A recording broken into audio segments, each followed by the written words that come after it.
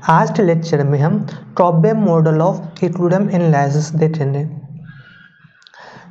इससे पहले हम सबसे पहले प्राइस इलास्टिसिटी ऑफ सप्लाई समझ लेते हैं और प्राइस इलास्टिसिटी ऑफ डिमांड समझ लेते हैं।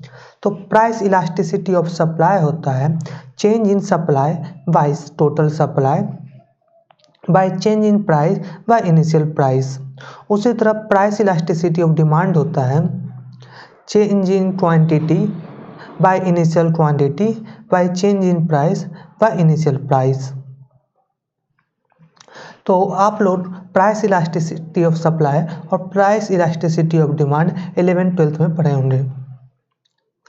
अब हम आगे आते हैं टॉबे मॉडल ऑफ इक्विलिब्रियम समझते हैं। तो यह मॉडल में हम एक समय अंतराल में समायोजन देखते हैं। समय अंतराल को इंटरटेम्पोरल एडजस्टमेंट बोला जाएगा। समय अंतराल के समायोजन को इंटरटेम्पोरल एडजस्टमेंट बोला जाएगा। ये एक समय अवधि में एडजस्टमेंट होता है। इसमें सप्लाई और डिमांड का एक समय अवधि में एडजस्टमेंट होता है। इस कारण से समय अंतराल में समायोजन कहा गया है। तो किस तरह होता है इसे समझते हैं, शुरुआत करते हैं। तो मान लीजिए हमारा एक्स एक्सिस पर क्वांटिटी है और बाय एक्सिस पर मान लीजिए मेरा प्राइस है। ये हमारा मान लीजिए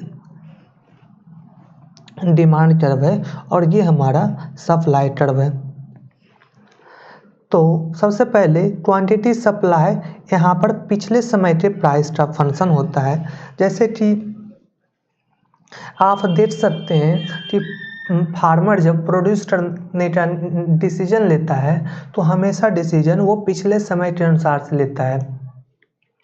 वो इस साल जैसे मान लीजिए प्राइस चल रहा है 50 रुपये केजी राइस का,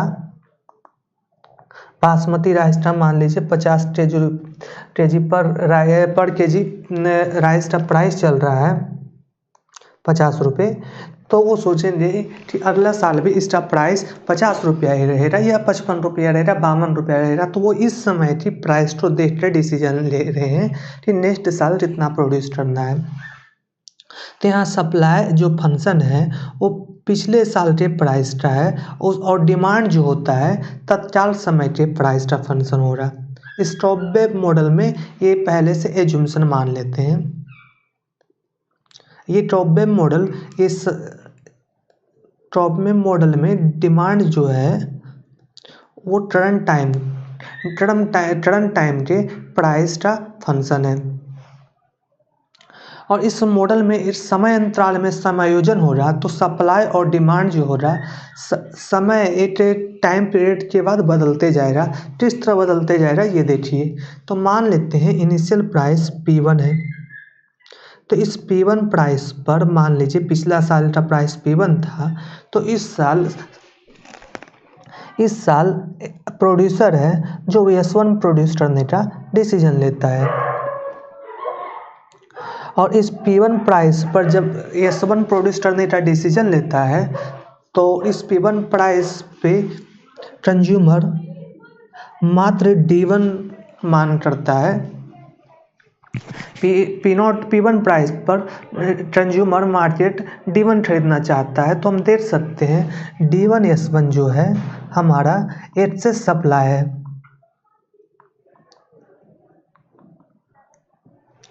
तो D1 S1 जब एक्सेस सप्लाई है तो प्रोड्यूसर चाहेंगे कि ये उनकी एक्सेस सप्लाई बिक जाएगा तो मार्केट से पूछेंगे कि आप किस प्राइस पर खरीद सकते हैं। तो यहाँ मार्केट बोलेंगे कि हम P1 प्राइस पर तो D1 क्वांटिटी खरीद रहे हैं, लेकिन अगर आप D1 S1 एक्स्ट्रा बेचना चाहते हैं तो हम आपको P2 दे सकते हैं। क्या प्राइस दे सकते हैं? P2 price.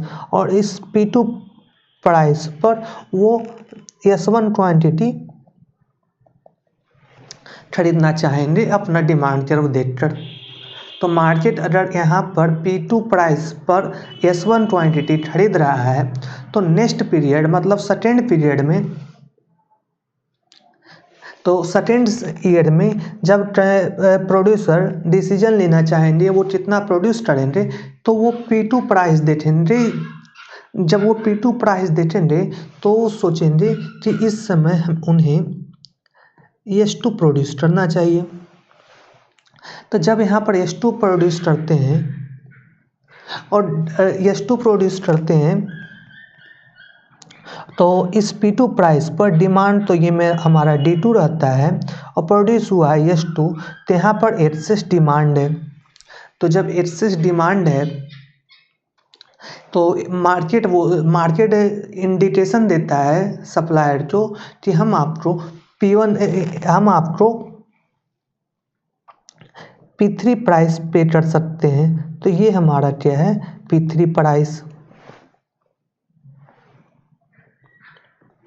तो मार्केट S2 प्रोड्यूस पर P3 प्राइस पे कर रहा है क्योंकि एक्सेस डिमांड था। एक्सेस डिमांड के कारण प्राइस बढ़ गया है। तो अब जब थर्ड ईयर जब मार्केट में प्रोड्यूस करने के लिए जब प्रोड्यूसर जाएंगे तो ये P3 प्राइस के अनुसार से प्रोड्यूस करेंगे। तो इस P3 प्राइस के अनुसार से मार्केट में प्रोड्यूसर S3 क्वांटिटी प्रोड्यूस करके लाएंगे। ये P3 प्राइस देकर प्रोड्यूसर S3 क्वांटिटी मार्केट में प्रोड्यूस करके लाएंगे। तो देखिए अब क्या हो रहा है, जब S3 प्रोड्यूस करके ला रहे हैं तो यहाँ पर ये P3 प्राइस पर अब यहाँ पर फिर से दोबारा से एक्सेस सप्लाई हो चुका है। तो एक्सेस सप्लाई हो चुका है तो अब क्या हो रहा है, फिर से ये बोलेंगे मार्केट में जब जाएंगे तो मार्केट इन्हें बोलेगा कि हम P3 क्वांटिटी पर तो मात्र हम D3 क्वांटिटी खरीद सकते हैं, लेकिन अगर आप S3 क्वांटिटी बेचना चाहते हैं तो हम आपको सिर्फ P4 प्राइस पर ही खरीद सकते हैं। कितना प्राइस पर? P4 प्राइस पर। इस तरह से धीरे धीरे ये गैप कम होते जाएगा और इक्विलिब्रियम अचीव हो जाएगा। तो आपने देख रहे हैं कि टॉपडे फेनोमेना के तहत यहाँ इक्विलिब्रियम अचीव हो रहा है, लेकिन आप ये तो बात ध्यान रखिए कि इक्विलिब्रियम तभी अचीव हो रहा है जब एक स्पेशल कंडीशन मैच करता है। तो वो स्पेशल कंडीशन क्या मैच करता है वो समझने की कोशिश करते हैं। तो वो स्पेशल कंडीशन ये है कि अब मान लीजिए एक ग्राफ ये बनाएं, ये हमारा मान लीजिए डिमांड कर्व है और सप्लाई कर्व मान लीजिए मेरा हॉरिजॉन्टल लाइन लर्वर है। मेरा सप्लाई कर्व क्या है? Horizontal line. अब देखते हैं, मान लीजिए ये P1 प्राइस है। क्या है? P1 price. तो प्रोड्यूसर S1 सप्लाई किया है मार्केट में और P1 प्राइस पर डिमांड मेरा D1 आ रहा है। जब यहाँ पर एक्सेस सप्लाई है, आप देख सकते हैं इतना एक्सेस सप्लाई है, तो प्रोड्यूसर जब इसे बेचना चाहेंगे तो मार्केट उससे बोलेगा कि S1 सप्लाई हम मैक्सिमम P2 प्राइस पर खरीद सकते हैं। क्या? कितना प्राइस पे? P2 प्राइस पे। तो सेलर बोलेंगे खरीद लो। तो जब P2 नेक्स्ट ईयर जब ये खरीदना, जब नेक्स्ट ईयर पे जब प्रोड्यूसर बेचने का निर्णय लेंगे तो वो कुछ इस अमाउंट समझ जाइए कि कुछ इस अमाउंट प्रोड्यूस करेंगे। मतलब कोई अमाउंट मान लेते हैं, मान लीजिए यहाँ पर कट कर रहा है तो मान लीजिए इसलिए इतना क्वांटिटी प्रोड्यूस करते हैं। तो जब इतना प्रोड्यूस करते हैं तो आप देख सकते हैं एक्सेस सप्लाई, एक्सेस डिमांड इतना हो गया है। तो जब एक्सेस डिमांड हो जाएगा तो प्राइस क्या हो जाएगा? बढ़ जाएगा। तो यही क्वांटिटी कंज्यूमर इस प्राइस पर खरीदेंगे। तो देख रहे हैं ये इस तरह से टॉपडे मॉडल कहीं भी इक्विलिब्रियम स्थापित नहीं कर पाएगा। तो ऐसा क्यों हो रहा है ये समझने की कोशिश करते हैं।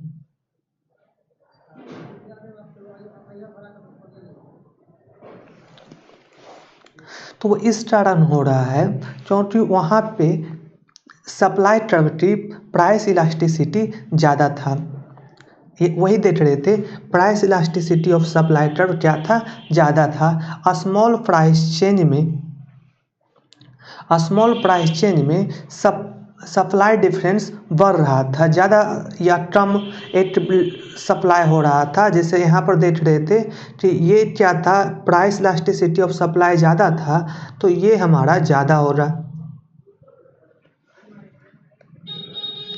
ये हमारा क्वांटिटी ज़्यादा हो रहा। और ये ज़्यादा तब हो रहा जब delta S delta Q S क्या हो, ज़्यादा हो। इसे दूसरा तरीका से इस तरह से समझ सकते हैं कि जैसे मान लीजिए P1 प्राइस था, तो P1 प्राइस पर S1 सप्लाई प्रोड्यूस किया है और कंज्यूमर ने D1 क्या किया है, डिमांड किया है। तो D1 S1 एक्सेस सप्लाई है। तो जब सप्लायर बोलता है कि आप इसे कितना प्राइस में खरीद सकते हैं, तो ये कंज्यूमर बोलता है, कंज्यूमर मतलब होल मार्केट बोलता है कंज्यूमर साइड से कि P1 प्राइस पर तो वो D1 खरीद सकते हैं, लेकिन अगर आप S1 बेचना चाहते हैं, मतलब अगर आप D1 S1 बेचना चाहते हैं, अगर आप D1 S1 बेचना चाहते हैं, तो हम आपको D1 S1 आप एक्स्ट्रा बेचना चाहते हैं, तो हम आपको P2 प्राइस पे कर सकते हैं। कितना प्राइस पे कर सकते हैं, P2। तो उस समय हम आपका S1 क्वांटिटी खरीद सकते हैं P2 प्राइस पर। तो यहाँ हो ये रहा है कि जो D1 S1 है,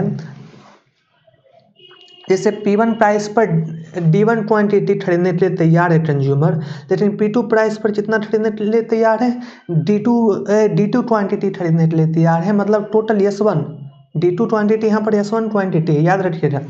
तो D2 क्वांटिटी कितना है, S1 क्वांटिटी ही है। तो P2 प्राइस पर P1 से P2 जब प्राइस जा रहा है, P1 से जब P2 प्राइस जा रहा है, तो ये D1 S1 खरीदने के लिए चाह रहे हैं। और ये इक्विलिब्रियम तभी अचीव हो सकता है जब कंज्यूमर की इलास्टिसिटी ज़्यादा हो। जब कंज्यूमर की इलास्टिसिटी ज़्यादा होगी, तो कम प्राइस चेंज करके ये D1 S1 को एब्जॉर्ब कर सकते हैं, D1 S1 एक्स्ट्रा क्वांटिटी को खरीद सकते हैं। तो इससे क्या हो रहा है, अब आगे देखिए कि जब नेक्स्ट टाइम जब P2 प्राइस पर नेक्स्ट ईयर जब प्रोड्यूस करने जाएंगे, तो टोटल वो D2S2 यहाँ पर क्या हो जाता है, एक्सेस डिमांड। मतलब D2S2 क्वांटिटी अब सेलर कम प्रोड्यूस करता है, तो D2S2 क्वांटिटी कम प्रोड्यूस करता है। तो यहाँ पर दे सकते हैं उनकी प्राइस इलास्टिसिटी ऑफ सप्लाई दे सकते हैं कि सेम प्राइस, जैसे यहाँ पर देखिए P1 प्राइस जब P2 प्राइस जा रहा है सप्लायर, तो यहाँ पर वो D2S2 कम प्रोड्यूस कर रहा है क्वांटिटी को, D2S2 कम प्राइस और क्वांटिटी को प्रोड्यूस कर रहा है। तो इनकी इलास्टिसिटी क्या हुई, कम हुई। इनकी इलास्टिसिटी कम है। इसी कारण ये यहाँ पर से टॉब्बे फिनोमेना के तहत ये यहाँ पर स्टेबिलिटी अचीव करेगा। लेकिन अगर मान लीजिए ये D2S2 अगर D1 S1 से ज़्यादा हो जाता, D2S2 अगर D1 S1 से ज़्यादा हो जाता, तो ये हमारा कुछ इस तरह से ग्राफ चलने लगता, तो कहीं भी स्टेबिलिटी नहीं आ पाती। तो ये D1 S1 को बोला जाता है रेस्पॉन्सिवनेस ऑफ कंज्यूमर,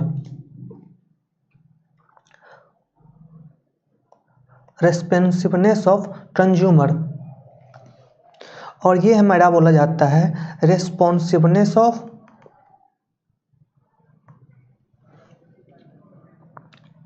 सेलर या प्रोड्यूसर, आपको जो बोलना है वो बोल सकते हैं।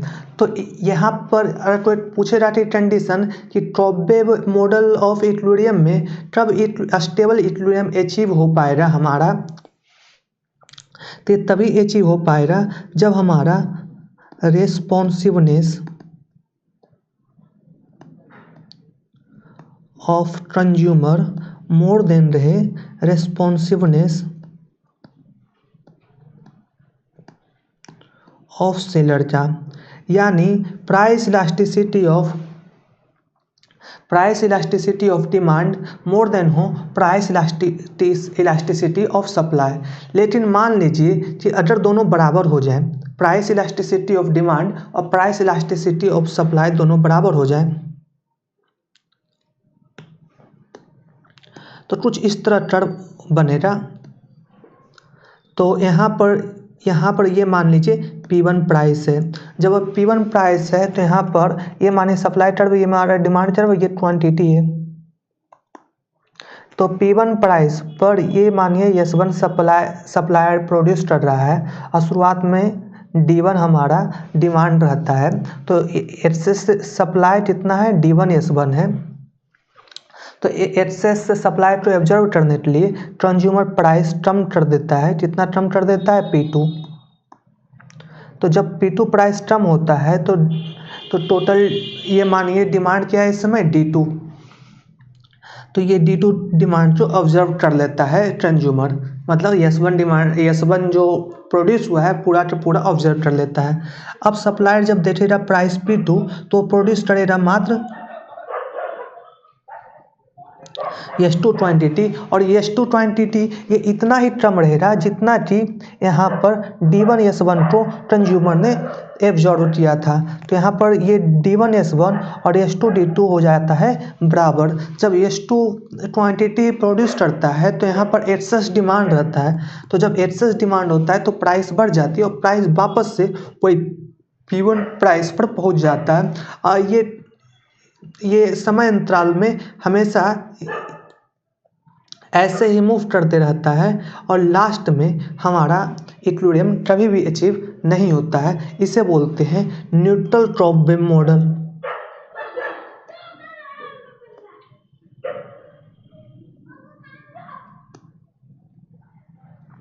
Thank you.